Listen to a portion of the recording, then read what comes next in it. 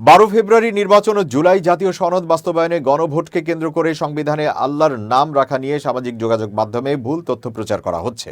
আলোচিত ইসলামী বক্তা এনায়েতুল্লাহ আব্বাসী সহ একটি বিশেষ মহল দাবি করেছে যে গণভোটে হ্যাঁ জয়ী হলে সংবিধান থেকে বিসমিল্লাহ ও আল্লাহর প্রতি পূর্ণ বিশ্বাস সরিয়ে ফেলা হবে। তবে সরকারি নথিপত্র এবং সংবিধান সংস্কার কমিশনের প্রতিবেদন বলছে এই দাবিটি পুরোপুরি ভিত্তিহীন ও গুজব। অনুসন্ধানে দেখা গেছে এনায়েতুল্লাহ আব্বাসী বিভিন্ন মাধ্যমে দাবি করছেন যে জুলাই জাতীয় সনদে বিসমিল্লাহ বাদ দেওয়ার নীল নকশা করা হয়েছে, অথচ সংবিধান সংস্কার কমিশনের প্রথম খণ্ডের প্রতিবেদনে স্পষ্টভাবে বিসমিল্লাহির রহমানির রহিম বহাল রাখার সুপারিশ করা হয়েছে। এমনকি রাষ্ট্রধর্ম হিসেবে ইসলামের বর্তমান বিধানটিও অপরিবর্তিত রাখার পক্ষে মত দিয়েছেন কমিশন। কমিশনের ওয়েবসাইটে সংগৃহীত জনমতের ভিত্তিতেই তারা এই সিদ্ধান্তে পৌঁছেছে, যা আব্বাসীর দাবির ঠিক উল্টো চিত্র প্রকাশ করে।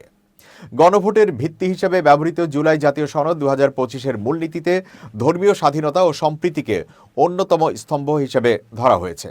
প্রধান উপদেষ্টার কার্যালয় থেকে প্রকাশিত সনদে বিসমিল্লাহ বা ধর্মীয় কোনো শব্দ পরিবর্তনের কোনো উল্লেখ নেই, বরং 24টি রাজনৈতিক দলের ঐকমত্যের ভিত্তিতে প্রণীত এই সনদে ধর্মীয় মূল্যবোধকে যথাযথ সম্মান জানানোর কথা বলা হয়েছে।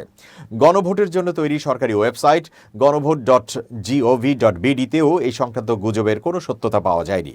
নির্বাচন বিশেষজ্ঞরা মনে করছেন, এনায়েতুল্লাহ আব্বাসীর মতো প্রভাবশালী বক্তারা যখন সঠিক তথ্য যাচাই না করে এমন স্পর্শকাতর বিষয়ে মন্তব্য করেন, তখন সাধারণ মানুষের মধ্যে বিভ্রান্তি ও উত্তেজনা সৃষ্টি হয়। মূলত ধর্মীয় অনুভূতিকে পুঁজি করে রাজনৈতিক ফায়দা হাসিলের উদ্দেশ্যেই এই ধরনের অপপ্রচার চালানো হচ্ছে বলে ধারণা করা হচ্ছে। সংশ্লিষ্ট মহলের মতে, জুলাই জাতীয় সনদ রাষ্ট্রীয় সংস্কারের দলিল, যা ধর্মীয় অবস্থানকে সংকুচিত করার পরিবর্তে আরও শক্তিশালী করতে চায়। 12 ফেব্রুয়ারির ঐতিহাসিক ভোটকে সামনে রেখে জনগণকে গুজবে কান না দেওয়ার এবং যে কোনো তথ্যের সত্যতা যাচাই করার আহ্বান জানিয়েছে প্রশাসন।